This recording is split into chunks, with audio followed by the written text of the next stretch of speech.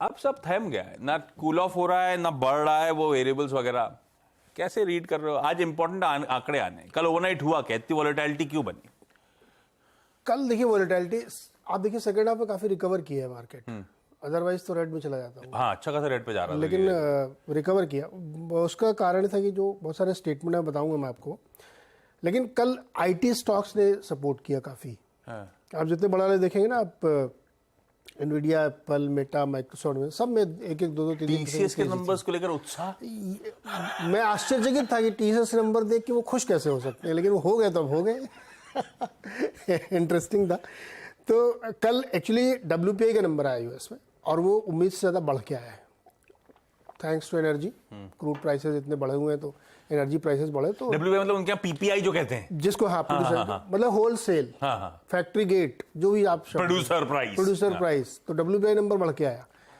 तो उसकी वजह से थोड़ा सा मूड गड़बड़ाया कि यार ये तो क्या बढ़ के आ गया इतना, और मार्केट थोड़ा सा डरा। लेकिन फिर आज सीपीआई नंबर आने, उसको देखा गया क्या होगा। तो मार्केट ने रिकवर क्यों किया? क्योंकि एफओएमसी के जो तमाम सदस्य हैं, जो मिनट्स आए थे उसमें तो ये रिस्ट्रिक्टिव पॉलिसी रखेंगे, डेटा देखेंगे, वही सब रिट्रिक बातें। दो तीन लोगों ने कल अपने जो बयान दिए उसमें वो बड़े इंटरेस्टिंग था। बोस्टन के जो फेड प्रेसिडेंट हैं सुजन, उन्होंने तो ये कहा कि फेड को बहुत कॉशियसली पॉलिसी को वॉच करना चाहिए, और वो इस पक्ष में नहीं है कि आप बहुत ज़्यादा उठापटक करें, आप इसको सस्टेन बेसिस पे देखें। यही बात सैन फ्रांसिस्को लेवल में के प्रेसिडेंट ने कही, दिल्ली ने। उन्होंने हालांकि ये कहा कि कोविड से के जैसे रेट तो कभी नहीं होंगे, लेकिन तेजी रहेंगे। एक तीसरे थे बोमैन, उन्होंने तो वार्न किया कि रेट्स बढ़ने चाहिए। मिक्स कमेंट्री है, लेकिन आपको याद होगा इससे पहले दो लोगों की और हम लोगों ने कमेंट्री बताई थी तो मिक्स व्यूज थे। तो जो एफओएमसी मिनट्स में थे एग्जैक्टली वही अब ये लोग फिर से बोल रहे हैं। तो मार्केट को एक ये भरोसा, ये सहारा आप कह सकते मिल रहा है कि शायद अब बहुत ज़्यादा रेट बढ़ाने की बजाय फेड देखेगा कि इसका असर क्या होता है। तो अब ये सब चीज़ें अटकल वाली हैं, हमें पता नहीं क्या होने वाला। देखते हैं, आज सीपीआई के नंबर आज आएगा, उसके बाद अब हम लोग पॉलिसी की तरफ बढ़ेंगे। तो ये कुछ था, लेकिन मार्केट होल्ड कर रहा है, ये बहुत इंटरेस्टिंग बात है। और ज़्यादातर आईटी स्टॉक्स में ही कल तेजी थी, इसके से होल्ड कर रहे हैं।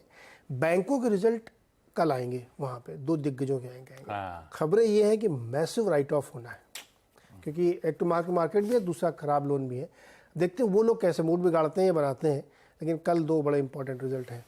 तो मेरे ख्याल में अभी तो आप, चूंकि अंत भला तो सब भला, अंत में तेजी है, रिकवरी आ गई थी, बस तो तेजी मान के चलिए आप। ठीक है, ये कहानी है अमेरिकी बाजार की। कुछ इंपॉर्टेंट डेटा पॉइंट्स सामने कर रहे हैं, उससे पहले एक दायरे में वॉलेटाइल, लेकिन इवेंचुअली इस दायरे के अपर एंड के आसपास सेशन का क्लोज।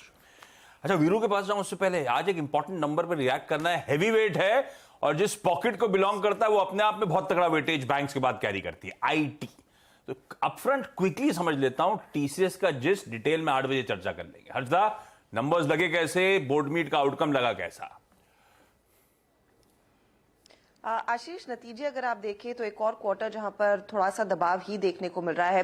कांस्टेंट करेंसी टर्म के साथ शुरुआत करते हैं, जहां पर सीसी ग्रोथ पिछले क्वार्टर एब्सोल्युटली फ्लैट थी, इस बारी भी सिर्फ 0.1% का आंकड़ा है, तो ग्रोथ देखने को नहीं मिल रही है। ये इनफैक्ट एक क्वार्टर है जहां पर हमने देखा dollar revenue growth in fact dip होती हुई दिखाई दी है। $7,210 मिलियन के आसपास का जो आंकड़ा देखने को मिला है, 3 सालों में पहली बार है कि डॉलर रेवेन्यू ग्रोथ में गिरावट आई है। लेकिन जो सरप्राइज आया वो लार्जली मार्जिन्स के फ्रंट पर आए, क्योंकि कंपनी कह रही वो एग्जीक्यूशन पर ज्यादा ध्यान दे रहे हैं और कुछ कॉस्ट कम हुए हैं, उसका फायदा मिलता हुआ दिखाई दिया है। तो एक बड़ा पॉजिटिव अगर है वो मार्जिन्स है, और साथ ही साथ जो टीसीवी है, टोटल कॉन्ट्रैक्ट वैल्यू, जो $11.2 बिलियन पर आई है, ये सेकंड हाईएस्ट है। ये दो बड़ी हाईलाइट्स थी, लेकिन बाकी नंबर्स अगर आप देखें थोड़े से डिसअपॉइंटिंग जरूर है।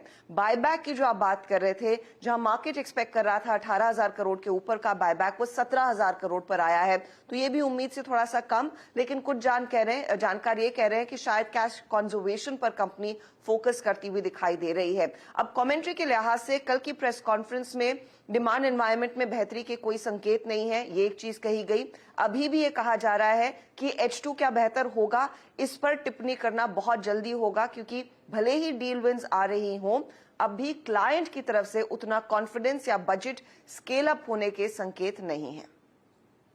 तो भैया कुछ एक्साइटेड नहीं रहेगा स्ट्रीट शायद इन नंबर्स से। मिले जुले हैं, कुछ पॉजिटिव्स हैं, कुछ नेगेटिव्स हैं, पर जो सुनना चाहते थे हालात इंप्रूवमेंट को लेकर, तो नियर टर्म में तो इश्यूज और शायद बढ़ते हुए नजर आए। खैर टीसीएस को जब सीधा साधा में घुसेंगे तो हम दोनों आपस में और भी चर्चा कर लेंगे।